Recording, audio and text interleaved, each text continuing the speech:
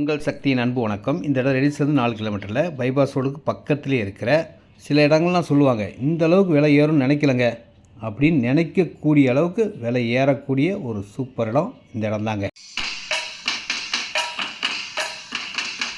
இடத்துக்கு பக்கத்துலேயே ஸ்கூல் காலேஜஸ்லாம் இருக்குங்க. மெட்ரோ ட்ரெயின் அலாட் ஆன இடத்துலேருந்து ஒரு 1/2 கிலோமீட்டர்லேயே வரக்கூடிய இடம். இந்த இடத்த வாங்க மிஸ் பண்ணவங்கெல்லாம்